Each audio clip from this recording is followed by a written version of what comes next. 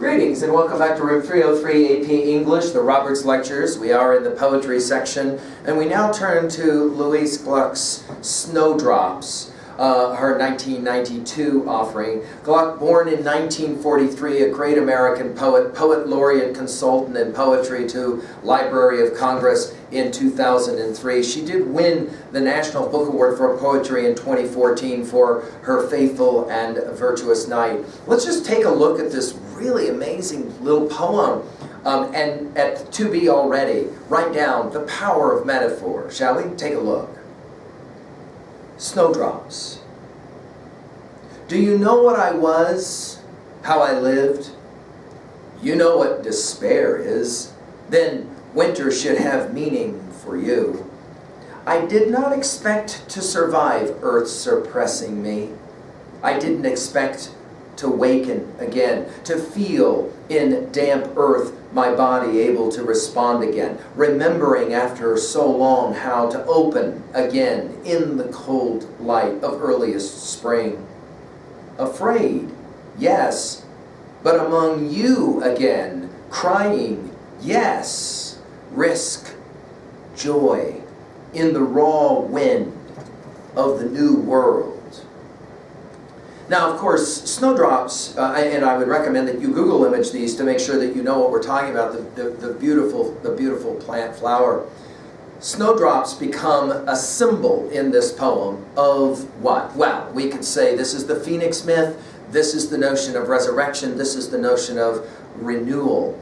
Notice we begin with a question. It's a rhetorical question in many ways, inviting the reader into the poem, the way Whitman will play the same game in Song of Myself, as we've said in other lectures at learnstrong.net. Do you know what I was, how I lived? And then notice, you know what despair is. Then winter should have meaning for you. Now the notion of snowdrops, of course, and the idea that winter can be understood symbolically as well. And then, of course, in the second stanza, we begin to realize we're not actually talking about plants at all. We're talking about an individual who is trying to understand how to survive the experience of death and rebirth. I didn't expect to survive Earth suppressing me. I didn't expect to waken again. Notice the repetition of I didn't, right?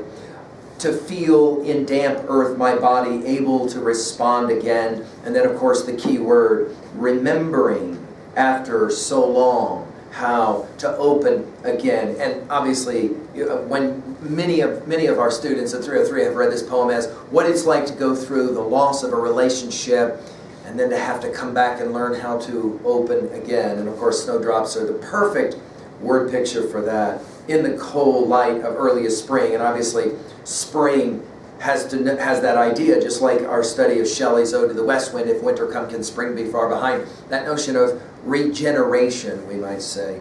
Then notice the use of the dash at line 11, reminding us a lot of Emily Dickinson's poetry, quite very influenced by Emily Dickinson. Afraid, yes, but among you, again, notice the word you here. It's almost like speaking with other snowdrops, you might say. Crying, yes, we think of the Molly section in James Joyce's Ulysses, the great novel. Risk, joy. And here again, we can't help but think about that word joy as being the culmination of what rebirth is all about. You go through the pain to get to the joy. In the raw wind of the new world. The rhythms, of course, are beautiful to finish the poem. And it is a new world, isn't it? Every time one goes through resuscitation, every time one goes through the phoenix-like rebirth. And obviously, that is the key here, right? Life is about renewal. Life is about resurrection. Obviously, a to be. Well, notice the power of the metaphor is brilliant, isn't it? And, of course, word choice as well. Like, notice, no punctuation at line 13 between crying, yes, risk, joy. Right, that notion of recognizing the beauty of this. Just to point out, of course, we are working with, a 14-line offering. So to that degree, just do notice a 14-line offering here is in fact a sonnet, right? And so it's brilliant at 2B. At 3A, well, there's so many, I mean, for us, because T.S. Eliot is such an important part of what we do in 303. We're often thinking about four quartets, and especially East Coker, that second part. What is the late November doing with the disturbance of the spring and creatures of the summer heat, lilacs and snowdrops riding under feet, and hollyhocks that aim too high, red into gray and tumble down, late roses filled with early snow. That notion of the snowdrops riding under feet clearly as well being played here in this poem.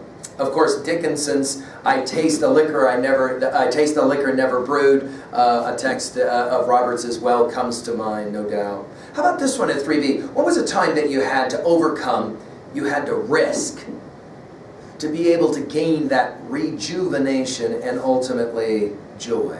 What was a time for you when that had to happen? When you had to go through the pain. Remember our study of Plato's Republic and the Cave Allegory. You have to go through the pain of fear and pain to be able to get out of the cave, to gain the joy, the satisfaction of emancipation, of perspicacity, we might say. And of course, this is a poem about perspicacity, about learning, about remembering, no doubt. Well, there you go. I hope more Gluck poems are in your future. They are, of course, in ours. Thank you.